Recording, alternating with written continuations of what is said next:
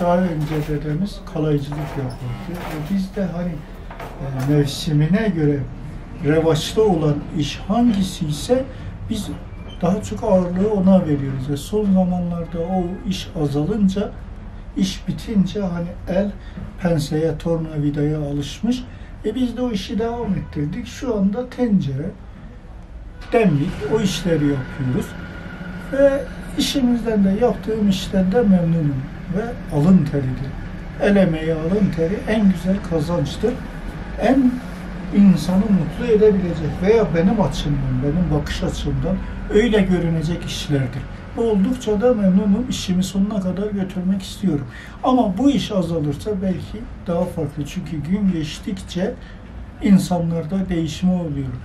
Eskiden bu şu anda kullanılan hala belki de şu anda bitti, pek dikkat etmedim. Çöp tenekeleri vardı. Ağır ve saçtan. Dedem onlardan soba yapardı. Ve oldukça zor işti. Ama dedeme kolay olurdu. Çünkü alışmıştı o işe. Babam devam etti. Sonra hazır makineler çıkınca insanlar daha kolayına yöneldiler ve onlar bitti artık. Onunla uğraşmıyorlar artık. Ve o işi şu anda bilen çok az kişi kaldı. Çünkü bidondan soba yapmak çok zor iş. Eskinin işi çok zordu. Yani o zaman usta dediğin insan saatlerce uğraşırdı ve bıkmazdı. İşin güzel tarafı da o, yaptığı işler hiçbir zaman bıkmazdı. Aman şu kalsın, yarına demezdi. İşini bitirir, öyle besmeleyle dükkanını kapatırdı. Ve o zamanlar hani daha bir güzellik, daha bir hoşluk vardı. Çünkü herkeste bir hal hatır sorunu var ve nüfus az olduğu için insanlar birbirini tanırdı. Herkes birbirine bir filan usta, falanca usta denirdi ve bir sevgi, saygı oluşurdu. Ama şimdi nüfus çoğalınca bir bakıyorsun ustalık kolaylaştı. Herkes usta olmuş. Ne oluyor? İşte belli bir hani yazıyla, okumayla bir eğitim görüyor. Veya birinin yanında bir 3-5 ay çalışıyor, çıraklık eğitimi alıyor, bakıyorsun usta olmuş. Yani işler eskiden bu kadar kolay değildi. Çünkü elle yapıldığı için, elle yapılan iş hep zaman alır ve uğraştırıcı işlerdir. Ve zamanla bir tecrübe, ustalık ister bunlar.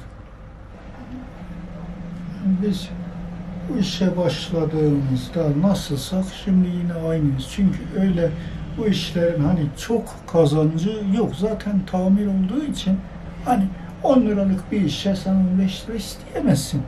Hani tamir olacak bir şey en azından onda biri, onda ikisidir yani 1 lira veya 2 lira bir masraf gider buna. Hani biz buna kazanç yönünden bakmadık. İş olarak baktık, iş olarak sevdik. Yani bizim işimiz budur dedik. Biz öyle sevdik, aman şu kadar kazanalım demedik. Çünkü kazancı az olan işlerdir. Bu gördüğünüz bina 80 yıllık bir geçmişi vardır. Daha önce hep ev olarak kullanılırdı. Bunların içinde kim bilir kaç çocuk büyüdü, kaç çocuk reşit oldu, büyüdü.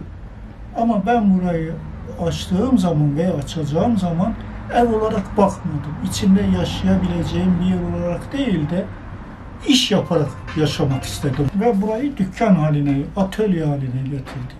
Ve öyle kullanıyorum. Oldukça geniş, istediğim gibi dam kısmı topraktır hala. Yani fazla yağmur yağarsa akıntı olabilir. Alıştık buraya yani geçmişten, eskiden hep böyle yerlerde çalıştık.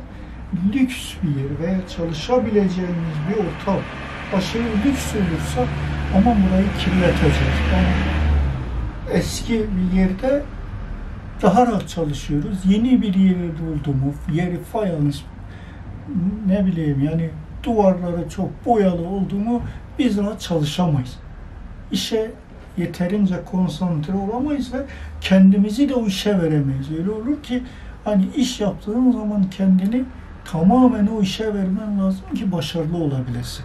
Ürün kaybı çok az olur. Zaten yazmışız 10 gün içinde alınması gerektiği ama bazen oluyor yani 3 yıl, 4 yıl bir sobayı ben bekledim. Yani bende ürün bekleme olayı var, yani kesinlikle o ürünü satayım veya başkasına devreleyim, öyle para kazanayım diye öyle bir yapım yok.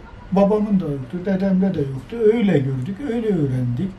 Öyle alıştık biz işe ve bekletiriz.